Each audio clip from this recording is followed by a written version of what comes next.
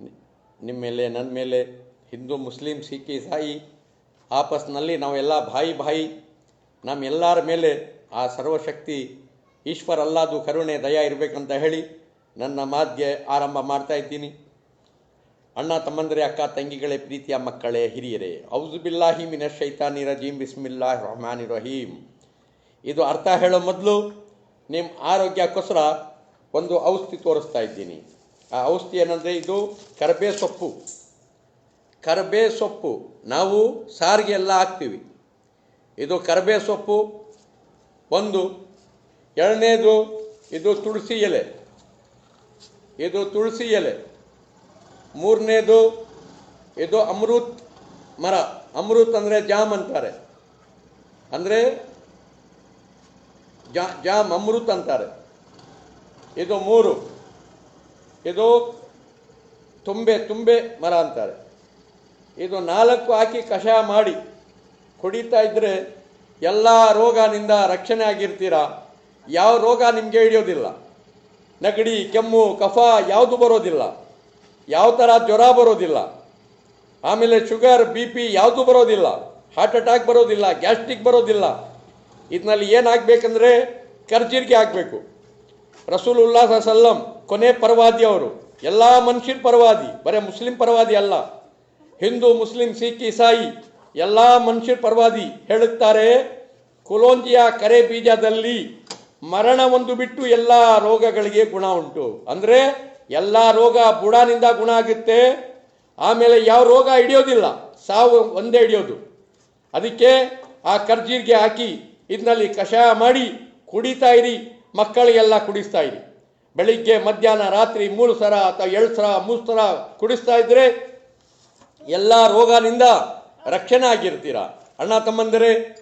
ಯಾಕಂದರೆ ಜುಮ್ಮಾ ಬರೋದೇ ಯಾಕಂದರೆ ಜನಗಳಿಗೆ ತಿಳುವಳಿಕೆ ಕೊಡೋದಿಕ್ಕೆ. ಇದು ಒಂದು ಇಸ್ಲಾಂನಲ್ಲಿ ವಿಶೇಷ. ಇದು ಇಸ್ಲಾಂನಲ್ಲಿ ದೇವರು ಕೊಟ್ಟಿದ್ದು ಒಂದು ಗಿಫ್ಟ್. ಅದು ಏನು? ಶುಕ್ರವಾರ ಎಲ್ಲ ಕಡೆಯಿಂದ ಜನ ಬರ್ತಾರೆ. ಅವ್ರಿಗೆ ಆ ಸರ್ವಶಕ್ತಿ ಈಶ್ವರಲ್ಲ ಯಾರು ಇದೆಲ್ಲ ಯಾಕೆ ಮಾಡಿದ್ದು, ಯಾವ ಗಿಡನಲ್ಲಿ, ಯಾವ ಹೂನಲ್ಲಿ, ಯಾವ ಮರನಲ್ಲಿ ಯಾವ ಲಾಭ ಉಂಟು ಜನಗಳಿಗೆ ನಾವು ತಿಳುವಳಿಕೆ ಮಾಡಿ ಇನ್ನೊಬ್ಬರಿಗೆ ತಿಳುವಳಿಕೆ ಕೊಡಬೇಕು. ಅದಕ್ಕೇನೆ ಜುಮ್ಮಾ ಬರೋದು. ಇವತ್ತು ಜುಮ್ಮಾನಲ್ಲಿ ಏನು ಮಾಡ್ತಾ ಇದ್ದಾರೆ? ಬರೀ ಅರಬ್ಬಿನಲ್ಲಿ ಕೆಲವು ಆಯತ್ಗಳು ಓದಿ ಕಳಲ್ ಬಿಡ್ತಾರೆ. ಯಾರಿಗೂ ಬುದ್ಧಿ ಹೇಳೋದಿಲ್ಲ. ಇದು ಜುಮ್ಮಾಗೆ ಕೊಲೆ ಮಾಡಂಗೆ ಅಣ್ಣ ತಮ್ಮಂದರೆ. ಅದಕ್ಕೆ ನೋಡಿ, ಇವತ್ತು ಮುಸ್ಲಿಂನಲ್ಲಿ ಯಾವ ರೀತಿ ಮನಸ್ಸಿನಲ್ಲಿ ವಿಷ, ಕಣ್ಣಲ್ಲಿ ವಿಷ, ನಾಲ್ಗೆನಲ್ಲಿ ವಿಷ. ಇವತ್ತು ಮನುಷ್ಯರು ಮುಸ್ಲಿಂ ಅಂತ ಹೇಳಿ ಒಳಗಡೆ ವಿಷ ಇಡ್ತಾರೆ. ಆ ಮುಸ್ಲಿಂ ಯಾರಂದ್ರೆ ಯಾರಿಗೂ ವಿಷ ಕಣ್ಣಿಂದ ನೋಡಬಾರ್ದು, ಅವನೇ ಮುಸ್ಲಿಮು. ಯಾರಿಗೆ ವಿಷ ಬಂದಂಗೆ ಮಾತಾಡಬಾರ್ದು, ಈ ನಾಲ್ಗೆನಿಂದ ಯಾರಿಗೂ ಕಷ್ಟ ಕೊಡಬಾರ್ದು, ಅವನೇ ಮುಸ್ಲಿಮು. ನಮ್ಮ ಕೈನಿಂದ ಯಾರಿಗೂ ಕಷ್ಟ ಕೊಡಬಾರ್ದು, ಅವನೇ ಮುಸ್ಲಿಮು. ಮುಸ್ಲಿಂ ಅಂದ್ರೆ ಅರ್ಥ ಏನು? ದೇವರಿಗೆ ಸಿಲಿಂಡರ್ ಆಗೋದು, ಈಶ್ವರ ಅಲ್ಲಾಹ್ಗೆ ಸಿಲಿಂಡರ್ ಆಗೋದು ಮುಸ್ಲಿಂ ಅಂದ್ರೆ. ರಸೂಲೆ ಕರೀಂ ಸಲ್ಲಂ ಏನು ಹೇಳುತ್ತಾರೆ? ಮುಸ್ಲಿಂ ಯಾರಂದ್ರೆ ಅವನ ಕೈನಿಂದ ಆಗ್ಲಿ ಅವನ ಬಾಯಿನಿಂದ ಆಗ್ಲಿ ಯಾರಿಗೂ ಕಷ್ಟ ಕೊಡೋದಿಲ್ಲ, ಅವನೇ ಮುಸ್ಲಿಂ ಅಂತ ಹೇಳುತ್ತಾರೆ ಅಣ್ಣ ತಮ್ಮಂದರೆ. ಅದಕ್ಕೆ ಜುಮ್ಮಾ ಬರೋದೇ ಇನ್ನೊಬ್ಬರಿಗೆ ತಿಳುವಳಿಕೆ ಕೊಡೋದಿಕ್ಕೆ. ನಾವು ಖುರಾನ್ಗಳು ಏನು ಓದ್ತೀವಿ ಜುಮ್ಮಾನಲ್ಲಿ ಅದು ಜನಗಳಿಗೆ ಬಿಡಿಸಿ ಹೇಳಬೇಕು. ಮಿಂಬರ್ ಮೇಲೆ ಉರ್ದು, ಕನ್ನಡ, ತಮಿಳ್, ತೆಲುಗು, ಉರ್ದು ಮಾತಾಡೋದು ಏನು ಗುಣ ಇಲ್ಲ. ಯಾವ ಭಾಷೆ ಇದೆ ಆ ಭಾಷೆಯಲ್ಲಿ ತಿಳುವಳಿಕೆ ಕೊಡ್ಬೋದು. ಯಾಕಂದ್ರೆ ರಸೂಲುಲ್ಲಾಹ್ ಸಲ್ಲಂ ಜುಮ್ಮಾಗೆ 2 ಖುತ್ಬಾ ಕೊಡ್ತಾ ಇದ್ರು. ಒಂದು ಖುತ್ಬಾ ಕೊಟ್ಟು ಕುತ್ಕೊಂಡು ಎದ್ದೊಳ್ಬಿಟ್ಟು ತಿರ್ಗಾ ಖುತ್ಬಾ ಕೊಡ್ತಾ ಇದ್ರು. ಯಾಕೆ? ಅರ್ಥ ಏನು? ಮೊದಲನೇ ಖುತ್ಬಾ ಅರಬ್ಬಿ ಇರಬೇಕು. ಆಮೇಲೆ ಯಾವ ಭಾಷೆನಲ್ಲಿ ಜನ ಕೂತಿರ್ತಾರೆ ಆ ಭಾಷೆನಲ್ಲಿ ಅವ್ರಿಗೆ ತಿಳುವಳಿಕೆ ಕೊಡಬೇಕು. ಅದಕ್ಕೆ ಜುಮ್ಮಾ ಬರೋದು. ಇವತ್ತು ನಾವು ಏನ್ ಮಾಡಿದೀವಿ? ಬರೇ ಅರಬ್ಬಿನಲ್ಲಿ ಏನೇನೋ ಹೇಳ್ತೀವಿ, ಜನಗಳಿಗೆ ಗೊತ್ತಾಗೋದಿಲ್ಲ. ಯಾಕಂದ್ರೆ ಅವರೆಲ್ಲ ಅರಬ್ ಮಕ್ಕಳಲ್ಲ, ಅವ್ರ ತಿಳುವಳಿಕೆ ಬರೋದಿಕ್ಕೆ. ಯಾಕಂದ್ರೆ ಅರಬ್ ದೇಶನಲ್ಲಿ ಖುರಾನ್ ಬಿಡಿಸಿ ಹೇಳೋದು ಬೇಕಾಗಿರ್ಲಿಲ್ಲ. ಯಾಕೆ? ಎಲ್ಲ ಸಹಾಬಿ ಮಾತು ಅರಬ್ಬಿ ಇತ್ತು. ಇಲ್ಲಿ ಇಂಡಿಯಾನಲ್ಲಿ ಹಾಗಲ್ಲ. ನಾವು ಬಿಡಿಸಿ ಹೇಳಬೇಕು ಆ ಖುರಾನ್ ಅರ್ಥ ಏನು ಅಂತ. ನಾವು ಎಲ್ಲ ಜುಮ್ಮಾಗೆ ಓದ್ತೀವಿ, ಸಬ್ಬಿ ಹಿಸ್ಮ ರಬ್ಬಿಕಲ್ ಅಲ್ಲ, ಅರ್ಥ ಏನು ಯಾರಿಗೆ ಹೇಳೋದಿಲ್ಲ. ಅಲ್ಲದಿ ಖಲಖ ಫಸವ್ವ ಅರ್ಥ ನಾವು ಯಾರಿಗೆ ಬಿಡಿಸಿ ಹೇಳೋದಿಲ್ಲ. ವಲ್ಲದಿ ಖದ್ದರ ಫಹದ ಅರ್ಥ ನಾವು ಯಾರಿಗೆ ಬಿಡಿಸಿ ಹೇಳೋದಿಲ್ಲ.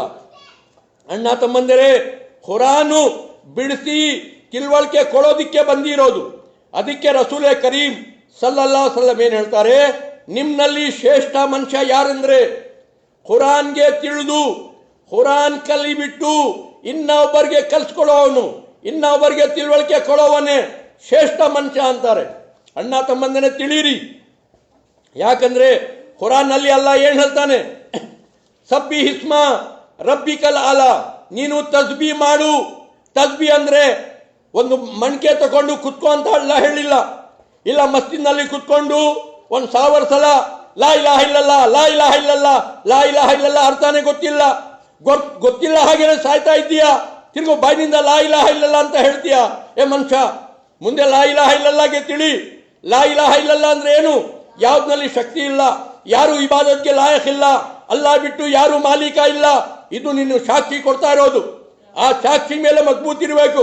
ಲಾ ಇಲಾಹ ಇಲ್ಲಲ್ಲಾ ಅಂತ ಹೇಳಿದ್ಮೇಲೆ, ಆಮೇಲೆ ಅಲ್ಲಾಹು ಅಕ್ಬರ್ ಅಂತ ಹೇಳಿದ್ಮೇಲೆ ಅಲ್ಲಾಗೆ ದೊಡ್ಡವನು ತಿಳಿಬೇಕು, ತನ್ಗೆ ಸಣ್ಣವನ್ ಮಾಡ್ಕೊಳ್ಬೇಕು. ಅಲ್ಲಾನು ದೊಡ್ಡವನು ನಾನು ದೊಡ್ಡವನು ಆಗೋದಿಲ್ಲ. ಅಲ್ಲಾ ದೊಡ್ಡವನು ಯಾವಾಗಂದ್ರೆ ನೀನು ಸಣ್ಣವನಾಗ್ಬಿಟ್ರೆ. ಸುಬಹಾನಲ್ಲ ಅಂದ್ರೆ ಅರ್ಥ ಏನು?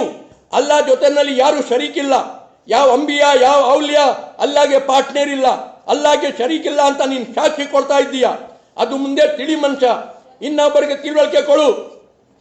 ಅದೇನೇ ಹೇಳೋದು, ಸಬ್ಬಿ ಹಿಸ್ಮ ರಬ್ಬಿಕಲ್ ಆಲ ಅಲ್ಲದಿ ಖಲಖ ಫಸವ್ವ ಅಂದ್ರೆ ಯಾವ ವಸ್ತುನು ದೇವರು ವೇಸ್ಟ್ ಮಾಡಲಿಲ್ಲ, ಎಲ್ಲ ಕಾರಣನಿಂದ ಮಾಡಿದ್ದಾನೆ. ಎಲ್ಲ ಗಿಡ ಹೂ ಮರ ಎಲೆ ಎಲ್ಲ ಕಾರಣನಿಂದ, ಎಲ್ಲದ್ರಲ್ಲಿ ಆ ಸರ್ವಶಕ್ತಿ ಈಶ್ವರ ಅಲ್ಲ ಶಫಾ ಇಟ್ಟಿದ್ದಾನೆ, ಪವರ್ ಇಟ್ಟಿದ್ದಾನೆ. ಅಲ್ಲದಿ ಖಲಖ ಫಸವ್ವ ವಲ್ಲದಿ ಖದ್ದರ ಫಹದ, ಅದು ಖಯಾಮತ್ವರೆಗೂ ಇಟ್ಟಿರ್ತಾನೆ. ಸ್ವಲ್ಪ ದಿವಸಕ್ಕೆ ಮಾತ್ರ ಅಲ್ಲ, ಖಯಾಮತ್ವರೆಗೂ ಅದ್ನಲ್ಲಿ ಎಫೆಕ್ಟ್ ಇಟ್ಟಿದ್ದಾನೆ ಅಲ್ಲಾ ರಬ್ಬುಲ್ ಇಜ್ಜತ್. ಅಣ್ಣ ತಮ್ಮಂದರೆ, ನಾವು ಜಹಾಲತ್ತಿಂದ ಹೇಳ್ತೀವಿ ಆ ಗಿಡಮೂಲಕನಲ್ಲಿ ಮುಂದೆ ಲಾಭ ಇತ್ತು, ಈಗ ಗಿಡಮೂಲಕನಲ್ಲಿ ಏನಿಲ್ಲ ಅಂತೀವಿ. ಸುಳ್ಳು. ತೋಬಾ ಮಾಡಿ, ಅಲ್ಲ ಖಯಾಮತ್ವರೆಗೂ ಇಟ್ಟಿದ್ದಾನೆ ಅದ್ನಲ್ಲಿ ಪವರ್. ವಲ್ಲದಿ ಖದ್ದರ ಫಹದ ವಲ್ಲದಿ ಅಖ್ರಜಲ್ ಮರ ಫಜಾಲಹು ಗುಸಾಅನ್ ನಹವ. ಅಲ್ಲ ಏನು ಹೇಳ್ತಾನೆ, ಪ್ರಪಂಚನಲ್ಲಿ ಎಷ್ಟು ಒಳ್ಳೆ ವಸ್ತು ಇದ್ರೇನು ಒಂದು ದಿವಸ ನಾನು ಕಸ ಮಾಡಿಬಿಡ್ತೀನಿ ಅಂತಾನಲ್ಲ. ಅಲ್ಲ ಎಲ್ಲ ವಸ್ತುಗೆ ಕಸ ಮಾಡ್ತಾನೆ, ಆ ಕಸಾಗೆ ರಿಟರ್ನ್ ತಿರ್ಗಾ ರೆಡಿ ಮಾಡ್ತಾನೆ ಅಲ್ಲ. ನಾವು ಒಂದು ಬೀಜ ತಿಂದು ಬಿಸಾಕಿದ್ರೆ ಅದೇ ಬೀಜ 1000 ಹಣ್ಣಾಗಿ ಮೇಲೆ ಬರ್ತೈತೆ ಒಂದು ಮರನಲ್ಲಿ. ಹಾಗಾದ್ರೆ ಅಲ್ಲ ಕೇಳ್ತಾನೆ, ಒಂದು ಬೀಜ ನೀನು ಬಿಸಾಕಿದ್ರೆ ಕಸನಲ್ಲಿ, ನಾನು ಲಕ್ಷಾಂತ ಬೀಜ ಹಣ್ಣು ತೆಗಿತೀನಿ ಒಂದು ಮರನಲ್ಲಿ. ಏ ಮನುಷ್ಯ, ನೀನು ಸತ್ತಿದ ಮೇಲೆ ಒಂದು ಸಲ್ತಿ ಮಾಡೋವನು, ಒಂದು ಸಲ ಮಾಡೋವನು ಏನು ಇನ್ನೊಬ್ಬೊಂದು ಸಲ ನಿನಗೆ ಎತ್ತೋದಿಲ್ವಾ? ನೀನು ವಿಚಾರಣೆ ತಗೊಳ್ಳೋದಿಲ್ವಾ? ಖಂಡಿತ ದೇವನು ಸತ್ತಿದ ಮೇಲೆ ನಿನಗೆ ತಿರ್ಗಾ ಎಬ್ಬರಿಸ್ತಾನೆ ಮನುಷ್ಯ, ನೀನು ವಿಚಾರಣೆ ತಗೊಳ್ತಾನೆ. ಆ ಅಲ್ಲಾಗೆ ತಿಳಿದಿದ್ರೆ, ಆ ಅಲ್ಲಾ ಪ್ರೀತಿ ಪ್ರೇಮ ಭಯ ಮನಸ್ಸಲ್ಲಿ ಇಟ್ಟಿದ್ರೆ, ಇನ್ನೊಬ್ಬರಿಗೆ ಪ್ರೀತಿ ಮಾಡಿದ್ರೆ, ಇನ್ನೊಬ್ಬರಿಗೆ ಕರುಣೆ ದಯ ಮಾಡಿದ್ರೆ ನಿನ್ಗೆ ಸ್ವರ್ಗನಲ್ಲಿ ರಾಜ್ಯ ಮಾಡಿ ಕಳಿಸ್ತಾನೆ ಅಲ್ಲ. ಇಲ್ಲ ವಿಷ ಪ್ರಾಣಿ ಆಗಿ ಬಾಳಿದ್ರೆ, ಎಲ್ಲ ಜನಗಳಿಗೆ ನೋಡಿ ವಿಷ ಪ್ರಾಣಿ ಹಾಗೆ ಎಲ್ಲಾರ ಮನ್ಸು ನೋವು ಕೊಟ್ಟು, ಎಲ್ಲಾರ ಮನ್ಸು ಮುರಿದು, ಎಲ್ಲಾರ್ಗೆ ಮನೆ ಹಾಳು ಮಾಡಿ ಜಗಳ ಇಟ್ಟಿ ನೀನು ಬಾಳಿದ್ರೆ ನಿನ್ಗೆ ನರಗನಲ್ಲಿ ಹಾಕಿ ತುಂಬ್ತೀನಿ ಅಂತಾನೆ ಅಲ್ಲಾ ರಬ್ಬುಲ್ ಇಜ್ಜತ್. ಅಣ್ಣ ತಮ್ಮಂದಿರ ತಿಳಿಯಿರಿ. ಯಾಕಂದ್ರೆ ಒಂದು ದಿವಸ ಸಾಯಲೇಬೇಕು ನಾವು, ಸಾವು ಯಾರಿಗೂ ತಪ್ಪಲಿಲ್ಲ. ಅದಕ್ಕೆ ಅಲ್ಲ ಹೇಳ್ತಾನೆ, ಒಂದು ದಿವಸ ಖಂಡಿತ ನಿನ್ಗೆ ಎಬ್ಬರಿಸ್ತಾನೆ. ಅದ್ಗೆ ಏನು ಹೇಳ್ತಾನೆ, ಖಂಡಿತ ನಿನ್ಗೆ ಎಬ್ಬರಿಸ್ತಾನೆ.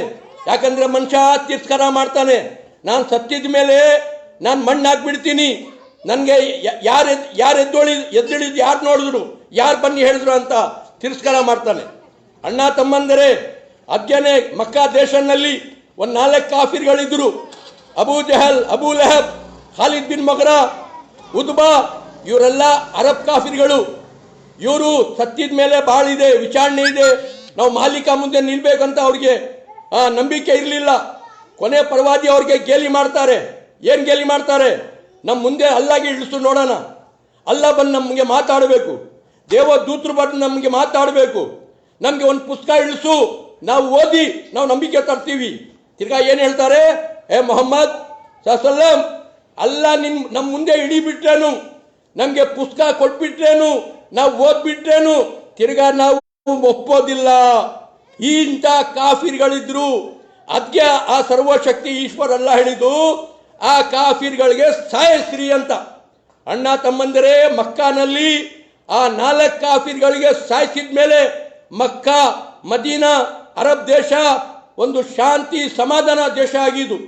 ಯಾವ ರೀತಿ ಶ್ರೀಕೃಷ್ಣ ಅವರು ಭೀಮ, ಅರ್ಜುನ, ಲಕೂನ್ ಇವರು ಪಾಂಡು ಪುತ್ರ ಅವರು ದುರ್ಯೋಧನಾಗೆ, ದುಶ್ವಾಸನಾಗೆ, ಶಕುನಿಗೆ ಕರೆದು ಬಿಸಾಕಿದ ಮೇಲೆ ಈಗ ನಮ್ಮ ದೇಶನಲ್ಲಿ ಶಾಂತಿ ಸಮಾಧಾನ ಬಂದಿದ್ದು. ನಮ್ಮ ದೇಶದಲ್ಲಿ ಶಾಂತಿ ಸಮಾಧಾನ ಬರಬೇಕಂದ್ರೆ ಆ ನಂಬಿಕೆ ದ್ರೋಹಿಗಳಿಗೆ ಸಾಯಿಸಬೇಕಿತ್ತು. ಕೃಷ್ಣ, ಅರ್ಜುನ ಎಲ್ಲ ಸೇರಿ ಸಾಯಿಸಿದ್ದು. ಅದೇ ಥರ ರಾವಣಗೆ ಸಾಯಿಸಿದ್ದಕ್ಕೆ ಇವತ್ತು ರಾಮ ಪರ್ಜೆ ವಿಜಯ ಆಗಿರೋದು. ಅದೇ ಥರ ಮೊಹಮ್ಮದ್ ಸಲ್ಲಂ ಅಬೂ ಜಹಲ್, ಅಬೂ ಲೆಹಬ್ ಅಂತ ಕಾಫಿರ್ಗಳಿಗೆ ಸಾಯಿಸಿದ್ದಕ್ಕೇನೆ ಇವತ್ತು ಒಂದು ದೇಶ ಶಾಂತಿ ದೇಶ ಆಗಿ ಪ್ರಪಂಚ ವರ್ಲ್ಡ್ಗೆ ಒಂದು ಮಾಡೆಲ್ ಆಗಿ ನಿಂತಿರೋದು ಮಕ್ಕಾ ಮತ್ತು ಮದೀನಾ. ಅಣ್ಣ ತಮ್ಮಂದರೆ ತಿಳಿರಿ, ಸಾಯೋ ಮೊದಲು. ಯಾಕಂದ್ರೆ ಖುರಾನ್ ಸಮಾಧಾನ ಪುಸ್ತಕ, ಖುರಾನ್ ಶಾಂತಿ ಪುಸ್ತಕ, ಖುರಾನ್ ಎಲ್ಲ ಮನುಷ್ಯರ ಪುಸ್ತಕ, ಬರೇ ಮುಸ್ಲಿಂ ಪುಸ್ತಕ ಅಲ್ಲ. ಅದೇ ತರ ಕೊನೆ ಪರವಾದಿ ಮೊಹಮ್ಮದ್ ಸಲ್ಲಂ ಅವರು ಎಲ್ಲ ಮನುಷ್ಯರಿಗೆ ಪರವಾದಿ, ಅವರು ಬರೇ ಮುಸ್ಲಿಂಗೆ ಪರವಾದಿ ಅಲ್ಲ. ಅದೇ ತರ ಈಶ್ವರ್ ಅಲ್ಲ, ಬರೇ ಮುಸ್ಲಿಂ ಅಲ್ಲ, ಎಲ್ಲ ಮನುಷ್ಯರದು ರಬ್ಬುಲ್ ಆಲಮೀನ್ ಅವರು, ಬರೇ ರಬ್ಬುಲ್ ಮುಸ್ಲಿಮೀನ್ ಅಲ್ಲ, ರಬ್ಬುಲ್ ಆಲಮೀನ್. ಅದೇ ತರ ಕೊನೆ ಪರವಾದಿ ರೆಹಮತುಲ್ ಮುಸ್ಲಿಮೀನ್ ಅಲ್ಲ, ರೆಹಮತುಲ್ ಆಲಮೀನ್, ಎಲ್ಲ ಆಲಮ್ಗೆ ರೆಹಮತ್ ಆಗಿ ಬಂದಿರೋರು.